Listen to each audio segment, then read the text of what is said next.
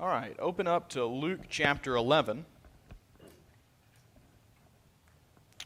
And we're in Luke chapter 11 tonight. We're going to begin in verse 37.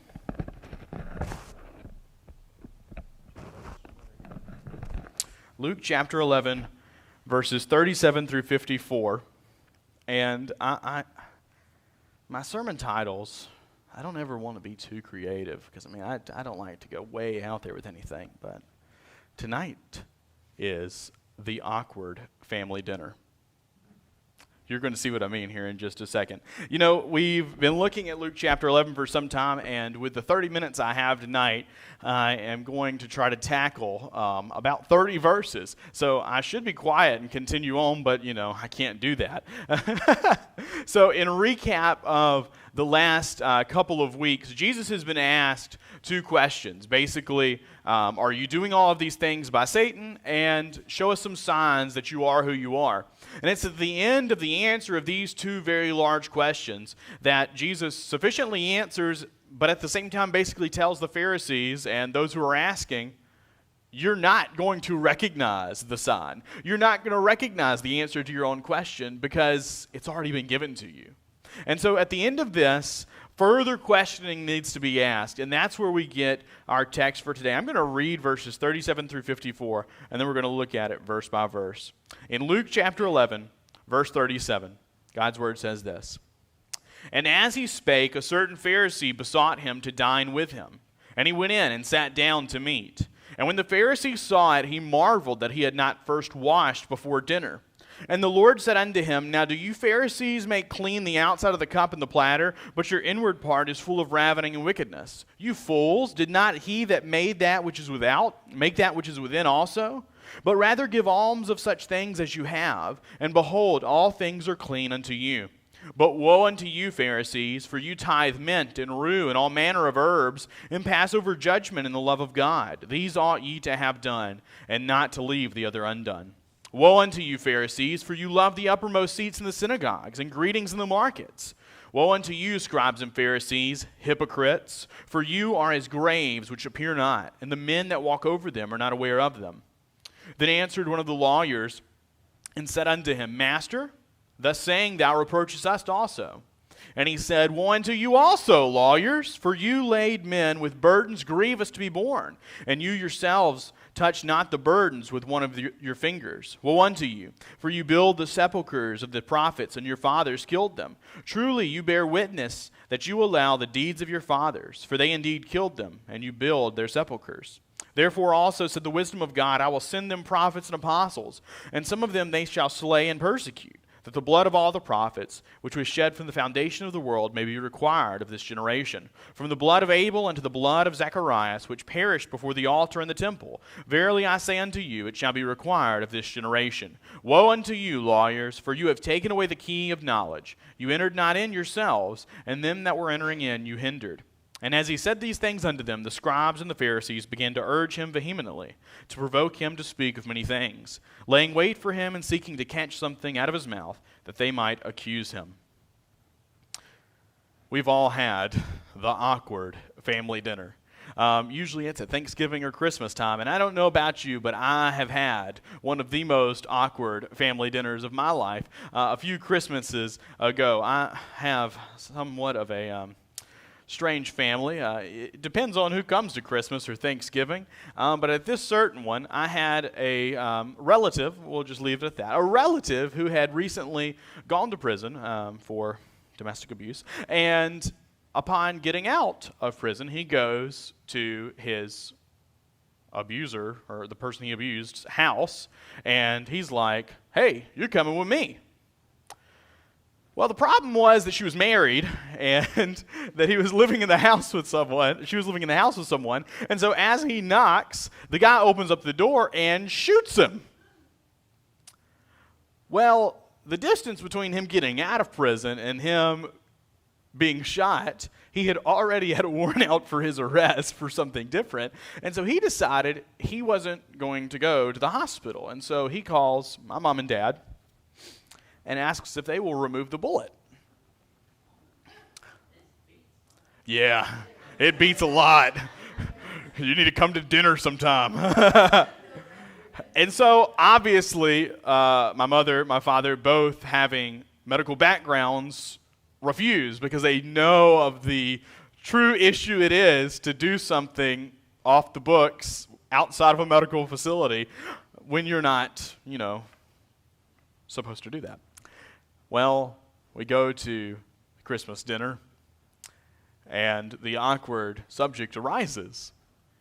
And one of my relatives is asked whether or not they will attend or go to the bedside of this person who is in the hospital with all of the things that have occurred.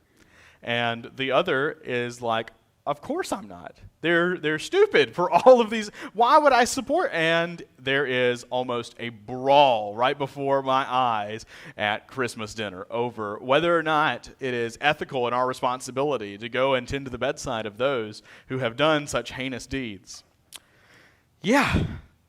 Family dinners can be awkward, whether it is the fight that almost breaks out or the political disagreements between two relatives or whatever the situation is. It can leave you dreading Thanksgiving and dinner and Christmas and the aftermath of all of these things. And here, something very similar happens for Jesus. No, it's not a family dinner, but it is, in a sense, at their time, it's a the family of the people who follow after the Old Testament are gathering for dinner, and we see something very similar happens. Verse 37, and as he spake, a certain Pharisee besought him to dine with him, and he went in and sat down to meat. After Jesus answers his questions, he's invited to dinner. And when you invite Jesus to dinner, you're either a sinner and Jesus obliges and gets talked bad about, or you're a so-called saint in the Pharisees' eyes, and Jesus is still going to get talked bad about. There is no instance in which Jesus ever goes to dinner and things go normal. And here he is invited, and at first glance we would consider this Pharisee who invites him into dinner to be somebody who is doing something that's very nice. Oh, what a nice Pharisee to invite Jesus in to dine with him. But we remember even just a few chapters back that this group, the Pharisees and the Sadducees and the scribes and all of these have already made their decision that they are going to seek out to kill Jesus. Even before he turns his face to Jerusalem, we see that this begins. And so it's already known to us that this Pharisee, while he does the nice thing by inviting Jesus to dinner, probably has some other motives. And as we continue in chapter verse 38, we see that this dinner unwinds no differently than we might expect. Verse 38 says this, and when the Pharisee saw it, he marveled that he had not first washed before dinner. Saw it. Saw what? Saw what? It's that Jesus simply, when invited to dinner, walks in and sits down. There's something missing in their culture, and really in ours too, that Jesus should have done before he gets to the table. The crucial step here culturally is that Jesus did not wash his hands. Jesus walks into dinner and he sits down with unwashed hands. And in this time for the Jews, it was customary not only to simply wash your hands, as it is customary for us to wash our hands before dinner, but it was customary to have an entire ceremony around hand washing before you sat down to eat. Expecting Jesus to follow these traditions, when the Pharisee sees that Jesus just simply comes in, he marvels. And God's word doesn't tell us what that marveling actually is. Could it be just simply his jaw drops? Could it be that he says something to Jesus? Could it be one of those situations again where Jesus hears the thoughts, the marveling within his head, and he then responds? We don't know. But in some fashion, the Pharisee marvels that Jesus does not wash his hands.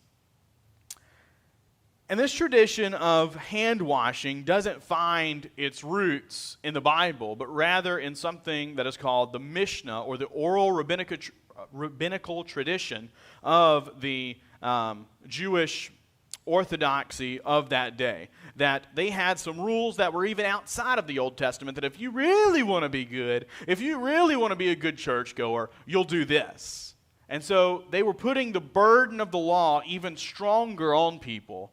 And it wasn't even a biblical command. This is part of what's called the oral rabbinical tradition, this tradition that was the teachings of the rabbis through the years. And this is the tradition that the Pharisees followed, probably even more so than God's law itself. And so part of that is the ceremonial washing of the hands. And we see that Jesus walks in, and he does not first wash before dinner. So next time your child or your grandchild decides that they're not going to wash their hands before dinner, you don't holler at them. You just tell them they're being like Jesus. No. I think Jesus would agree that there's a time and a place for sanity to wash your hands. But you can imagine it just like any awkward family dinner, the issue of the almost 33-year-old man who is sitting at the table with unwashed hands comes to a forefront with the very prideful Pharisee who needs to make a spectacle of what Jesus has not done. And Jesus, in true Jesus fashion, he's going to make a spectacle of the Pharisee right back. You probably heard it in the reading of the Scripture that this is a pretty intense passage of really condemnation of the group of the Pharisees and the scribes. And so let's get into it. In verses 39 and 40, Jesus gives us his remarks back to the Pharisee. And the Lord said unto him, Now do you Pharisees make clean the outside of the cup and the platter, but your inward part is full of ravening and wickedness. You fools, did not he that made that which is without make that which is within also? Jesus heats up pretty quick. You fools is what he calls them at the dinner table. I would just want to be a fly on maybe an outside window. He might start flipping tables here in a second. Who knows? And just to see the rage of Christ. This is a good instance in which, you think about the flipping table Jesus, and you see here the very same kind of temperament for Jesus, that Jesus does, on many an occasion, have some very righteous anger.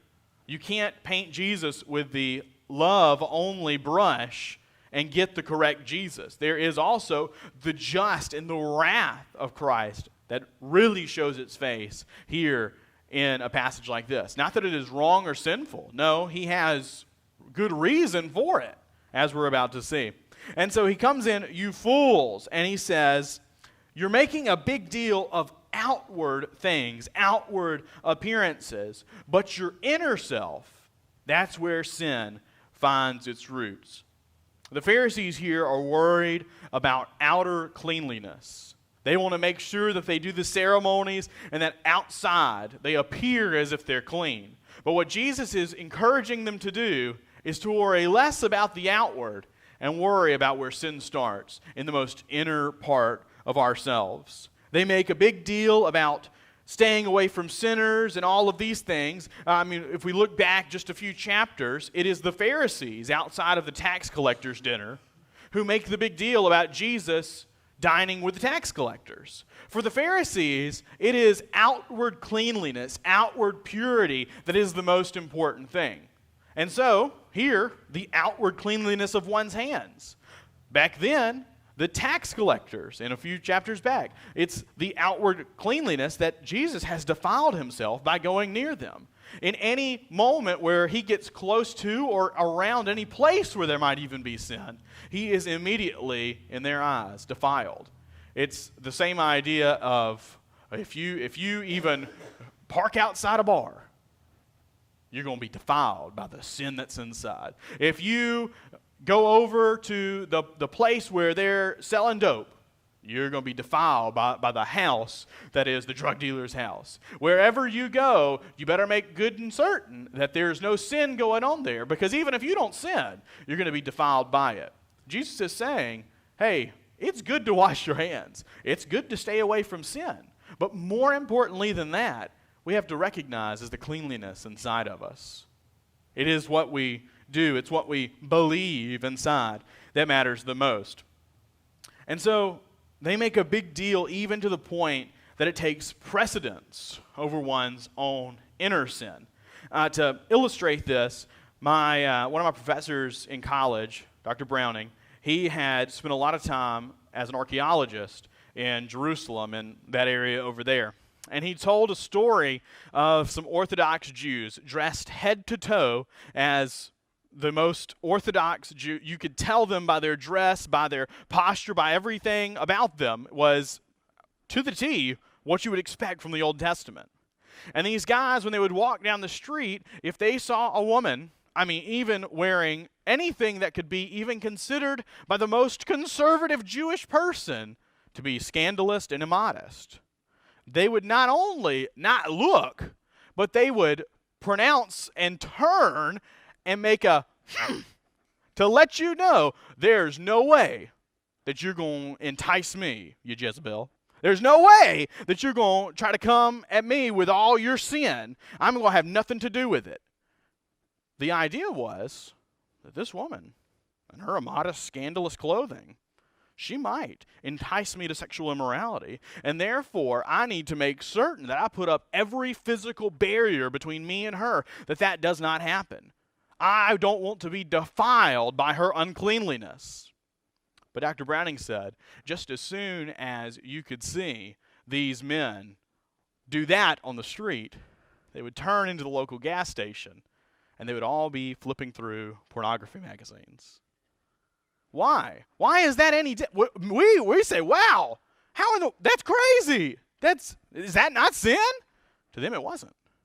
Because to them, every physical barrier, every exterior barrier was up. There is absolutely no way they could be enticed to sexual immorality through these women because they physically could not interact with them. This was not a true woman. This was an image. To them, they were putting up the outward barrier, but they didn't recognize the inner defilement that was going on. They had done all of the good Jewish things to religiously look as if they were pure, but on the insides, they were messed up. And this is the same thing for us today. Maybe not on such a grand scale, but there are things that we make really, really big deals about that are exterior, but we don't recognize the inner part of that. We make a big deal sometimes about the way a person comes dressed to church. I thank God that this is not one of those churches. But I'm sure there are people in our church who might judge on the basis of someone's outward appearance as they appear at church. We don't take into consideration the inner person, the desire that they might have to be in God's house, the things that they have in their own life, whether or not they can dress any better to come into God's house. The fact that it may have been such an inner struggle for them to even enter through those back doors. We can apply it to just about everything. To our giving. Do we give simply to give, or do we give because it's something inner that we're giving, not just something exterior, our money? Do we, in our loving of one another, truly love one another, or do we think evil thoughts in our head about how much we can't stand, how annoying, how whatever a person is?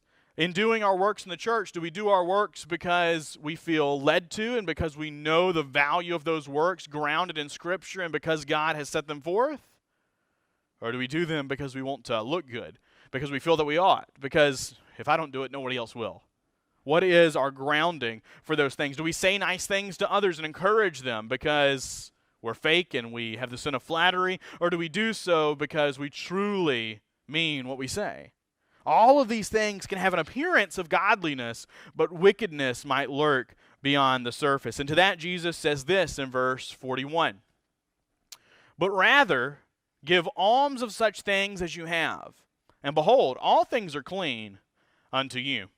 There's a little bit of cleaning that needs to be done in this verse because the word, for instance, give alms is one that isn't very familiar to us in our context today. Give alms means, in this context, to give as if giving to the poor, to give in mercy and pity. The King James Version actually skips a word here, kind of absorbs it into another word in their translation. Verse 41 should better read, but rather give alms of such things as you have within, being within yourself. Give of those things which you have inside. To translate it differently, give mercifully as if to the poor from that which is within. It is the giving of what is within that matters, not the giving of what is outside.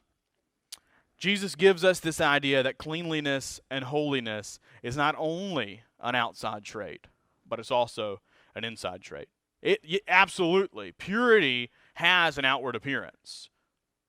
There is a good reason that we do the outward things. But Jesus is saying cleanliness doesn't come from outside and get in. Cleanliness comes from within and goes out. It's James all over again. To say that, oh, you've got faith inside, show me by your works. It's kind of the opposite. This is what Jesus is saying here. He's telling us first to worry about those things that are internal. And so for us, we absolutely ought to take every measure to guard against external sin.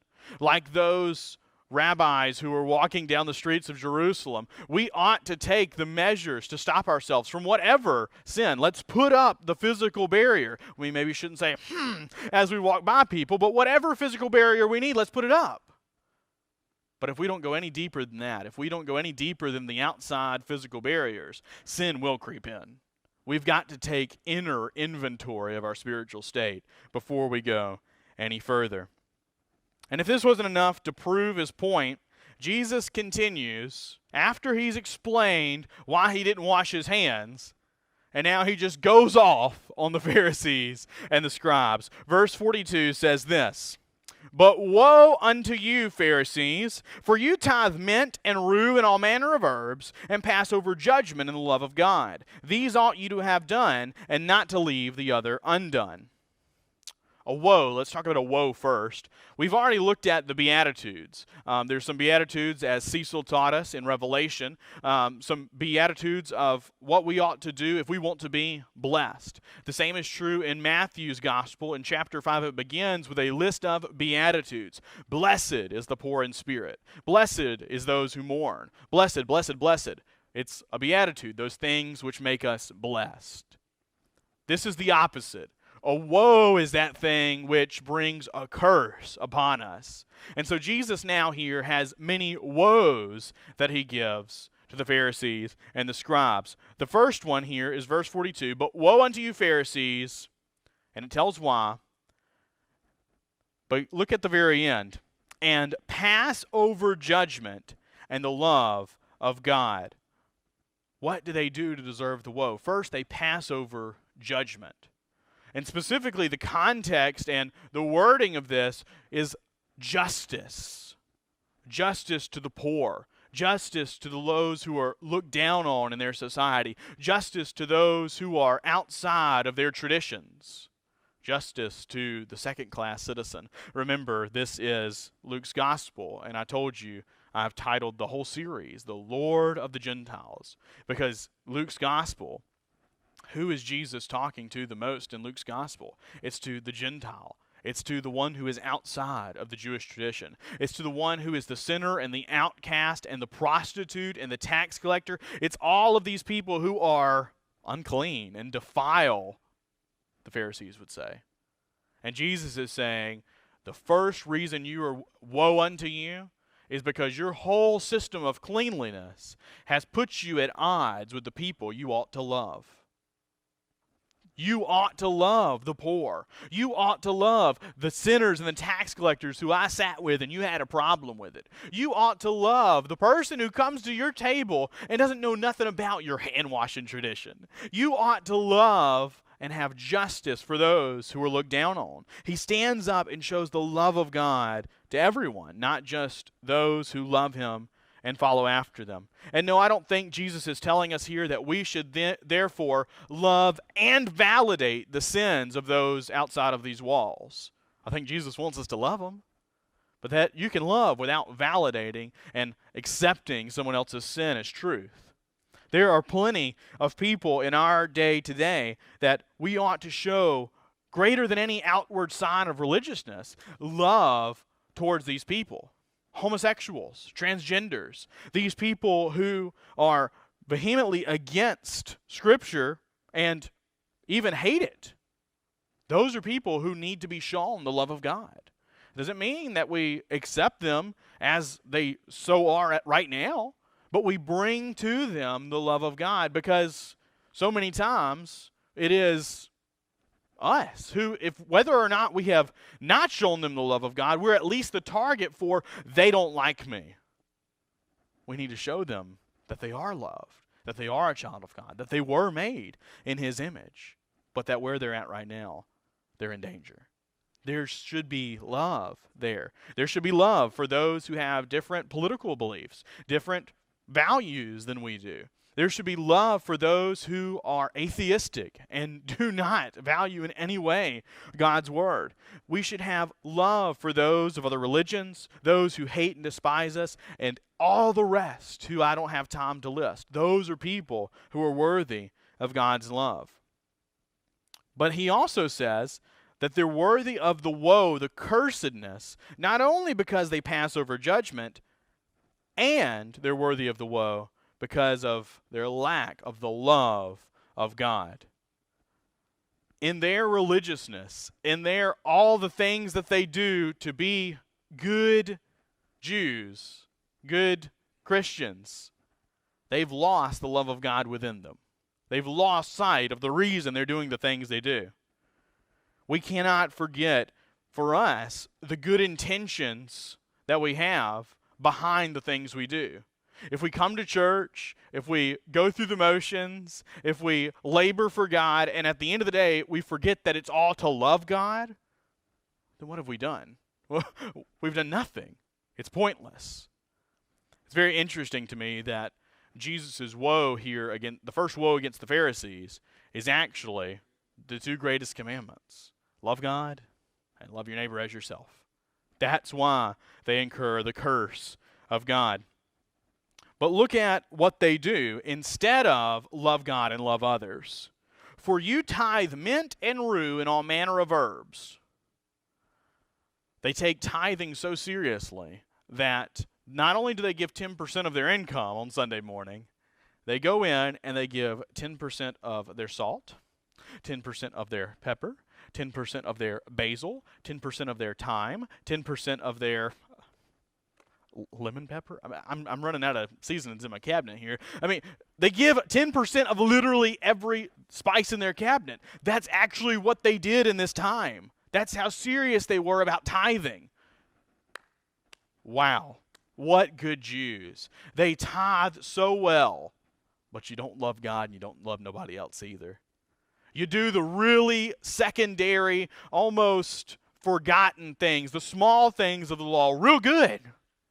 But the main thing, the greatest things of the law, you lack. Can that not be said of us as well sometimes? That, wow, we come to church. Wow, we come to prayer meeting. Wow, we do whatever, fill in the blank, we do as Christians. But do we love God and love others? If we're lacking that, it doesn't matter what else we do. Everything ought to be done for the glory of God, that He might receive our love, and that way we might point others to love Him as well. It doesn't matter how much we tithe, how much we do anything else, if it's absent of the love of God. Verse 43. Another woe. Woe unto you, Pharisees, for you love the uppermost seats in the synagogues and greetings in the marketplaces. This time, the uppermost seats in the synagogues. These were the seats that were reserved for the most important. The closest thing I can get to it, and the closest I can get to it is at Brother Alfred Garner's church. They have some big seats in the back of the church, and the first time I ever went in, he called me up in the middle of his sermon. He motioned for me to come up, and I'm like, I'd walked in the back door because I'd already preached here. I walked down, I sit on the front row, and he's like, come up a little. I'm like, there ain't no further to go up except on the stage with you, and you're in the middle of your sermon. And I go up, and he sits me down in the high back chair. It's almost similar to the upper seat in the synagogue. And the Pharisees loved the upper seat. Why? Because it showed they're important. It showed everybody ought to listen. Now, I'm not saying Reverend Alfred Garner's church is wrong because they got chairs on the stage. I'm saying it's if you sit up there and you smile real big and you think I'm big and important when you sit up there, you're not better than the Pharisees. And woe to the Pharisees! Because that was their whole point of going to church, is so somebody could see how important I was. And the greetings in the marketplace. The people would see the Pharisees, and they would say, whew, they are some really good Jews. Those are some good Christians. And they would come up to them, and they would almost have fame with them because of how important they were religiously. They loved that. But did they love God? Did they love others? If we, in our serving, in our attendance, in our giving, in anything that we do for God, do it so that somebody else can see, so that somebody else will talk good about me, that's not the purpose of what God is calling us to do in our service. If I ever find myself in a position where I'm preaching and doing it for the fame and for the importance and so that somebody can say something nice about me, that's not the reason that I ought to be preaching.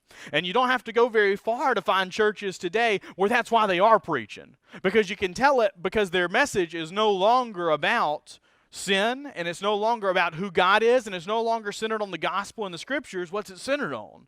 It's centered on something that can tickle some ears, that can entertain, that can make people come up to you after the sermon and tell you how good you are. I don't ever want to be in that position because that's what the Pharisees were. Attention-seeking, feeling more important than they ought, detracting from the love of God and loving self instead. And finally, verse 44 is the final woe. Woe unto you, scribes and Pharisees. Here he introduces the scribe in verse 44. Everything else has been a woe just to the Pharisees. Woe unto you, scribes and Pharisees, and he calls them hypocrites. For you are as graves which appear not, and the men that walk over them are not aware of them. In this instance, he bundles the scribes and the Pharisees, and he talks about them as if they are graves. My dad, for many years, was a funeral director, and then he owned a monument company, and then throughout that, he worked in the business of taking care of people after they die for a little while, and then I make jokes now because he's taken a step back, and now he was a maintenance man in a nursing home. So, he's taking a step back into another phase of life right before death. He's preparing them now. And so my dad, he would always take me out to the cemeteries and things where he had to put up the monument before, or he would come and he would show me, hey, I just dropped this one off, or he'd take me with him out to a funeral or something like that. And he taught me never to walk in front of the tombstones. It's important that you don't walk where the body lays. It's a tradition that I don't know if I see some shaking heads, so maybe you know about it, but evidently however long the casket and the body is, you're not supposed to walk straight over that. It's disrespectful. You're supposed to walk around, and that's why many of them have a foot marker, or you're supposed to walk around the headstone. That way, not to defile, not to step on the body, not to disrespect. Well, it's very similar in Jesus' day too, but even more so. Remember, uncleanliness. The Jews, they didn't want to walk over the top of the grave because this was like hallowed ground. This was like maybe even a shallow grave back in their day, and you could be accidentally defiled walking over this grave. And so Jesus sets up this scenario where a Pharisee and a scribe are walking, and there's an unmarked grave. And they walk over it. And in their religiousness, thinking how great they are, they defile themselves by their own traditions. Because the tradition of walking over the grave and getting defiled is not a biblical one. Again, it goes back to their traditions. And so Jesus says, you hypocrite, the tradition that you even put on top of them, now you're the one who is being defiled by it. The third and final woe is hypocrisy. That we would live one way, trying to be religiously pure, and all the while never realizing that we are impure. In our lives, we've got to make an inventory of all of the hypocrisy in our lives, because there's many of us who we could very easily get used to coming and sitting in pews, get used to laboring for the Lord, get used to doing all of the religious things, and if we're not careful and we don't inventory what's inside, we would never recognize the hypocrite that we are. And you might say, preacher, I'm no hypocrite. I believe that every time that we gather, yes, we're a gathering of the saints of God here at First Baptist Brooklyn, but we're also a gathering of hypocrites. When people tell me there's hypocrites down at First Baptist Church, I say, yep, and you're talking to one. because every single one of us are hypocritical. We might not realize it. We might not be today, but we will be here in just a minute. Hypocrisy runs rampant in us. And it's one thing to say, oh, I'm a hypocrite and I recognize it. I'm just going to go on as if everything's okay. We got to do something with it. We got to say, okay, I recognize my hypocrisy. I recognize the fact that I'm falling short and I don't like that. And I need to change it. I need to do something about it. I need to change what I'm doing. Ultimately, Jesus' woes to the Pharisees show that more than outward cleanliness, inward cleanliness is most important.